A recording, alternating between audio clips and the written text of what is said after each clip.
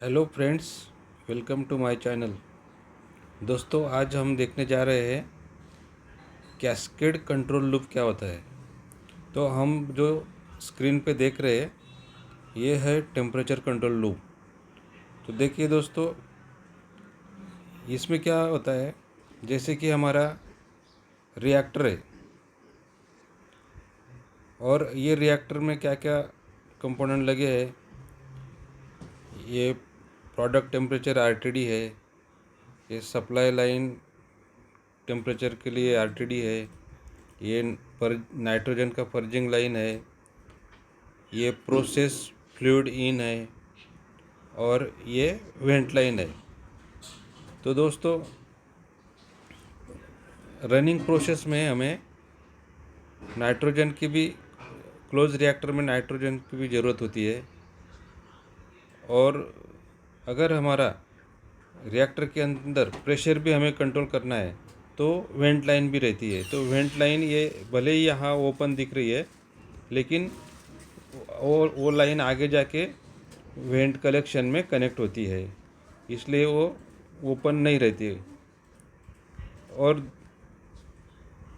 दूसरी चीज़, अभी ये हमारा टेम्परेचर कंट्रोल वाल्व है और ये कंट्रोलर टेम्परेचर इंडिकेटिंग कंट्रोलर है 102 नंबर का, और ये है टेम्परेचर इंडिकेटिंग कंट्रोलर 101 नंबर का।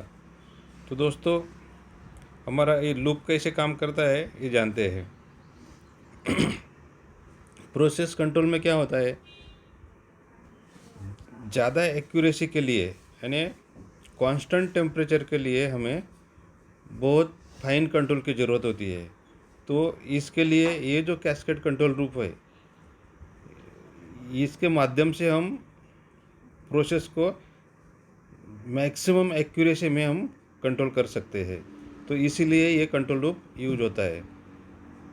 इसमें क्या होता है, जैसे कि ये मास्टर कंट्रोलर है और ये स्लेव कंट्रोलर। तो मास्टर का मतलब क्या है, जो हमारा मेन टेम्परेचर है, प्रोडक्ट टेम्परेचर, तो ये प्रोडक्ट टेम्परेचर को हमें एक्यूरेसी में मेंटेन करना होता है।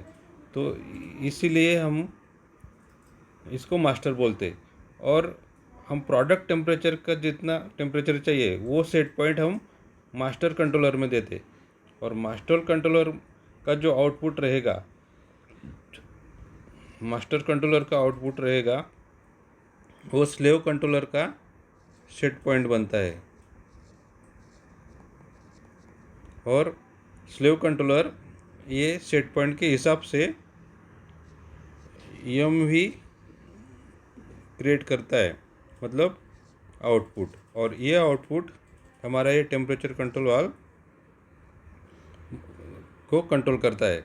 तो ये टेम्परेचर कंट्रोल वाल्व जो है, इसको फाइनली जो आउटपुट है वो स्लेव का ही रहता है, लेकिन स्लेव कंट्रोलर को जो सेट पॉइंट रहता है वो मास्टर कंट्रोलर से आता है।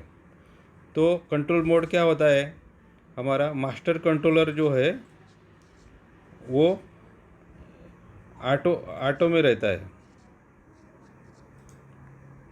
और स्लेव कंट्रोलर जो है वो हमारा कैस्केड मोड में रहता है। तो इस हिसाब से ये ऑटो वाला आउटपुट स्लेव का सेट पॉइंट बनता है, और स्लेव का आउटपुट जो है वो हमारी फाइनल एलिमेंट जो है टेम्परेचर कंट्रोलर उसको ऑपरेट करती है। तो इस हिसाब से ये पूरा क्लोज लूप हो गया, और हमें ये टेम्परेचर जो है ये हमें फाइन कंट्रोल करके देता है। तो ये हो गया इसका कैस्केड लूप का फंक्शन। दूसरी चीज़ ये है दोस्तों, हम ये लूप को, जैसे कि भले ही हमारे सेंसर दो है, लेकिन जब प्लांट इनिशियलाइज होता है या तो कोई ब्रेकडाउन आता है, प्रोसेस में डिस्टर्बेंस आते हैं, उस टाइम हम इसको सिंपल क्लोज लूप में भी यूज़ कर सकते हैं। वो कैसे, कि जैसे ये स्लेव कंट्रोलर है, इसको हम ऑटो में रखते हैं, और इसका जो आउटपुट है ये डायरेक्ट ये कंट्रोल वाल्व को कंट्रोल करता है, इसको कंट्रोल करता है। तो ये जब हम ऑटो में रखेंगे तब ये हमारा सिंपल क्लोज लूप हो गया। तो ये इंडिविजुअल भी कंट्रोल करता है। और जब प्रोसेस हमारा स्टेबल हो जाता है उसके बाद हम इसको चेंज करके कैस्केड मोड में डालते हैं।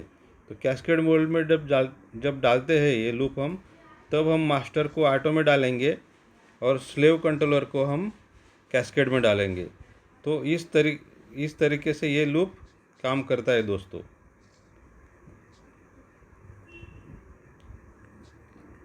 दोस्तों वीडियो कैसे लगा कमेंट्स में बताइए। वीडियो को लाइक कीजिए, शेयर कीजिए और सब्सक्राइब कीजिए। धन्यवाद।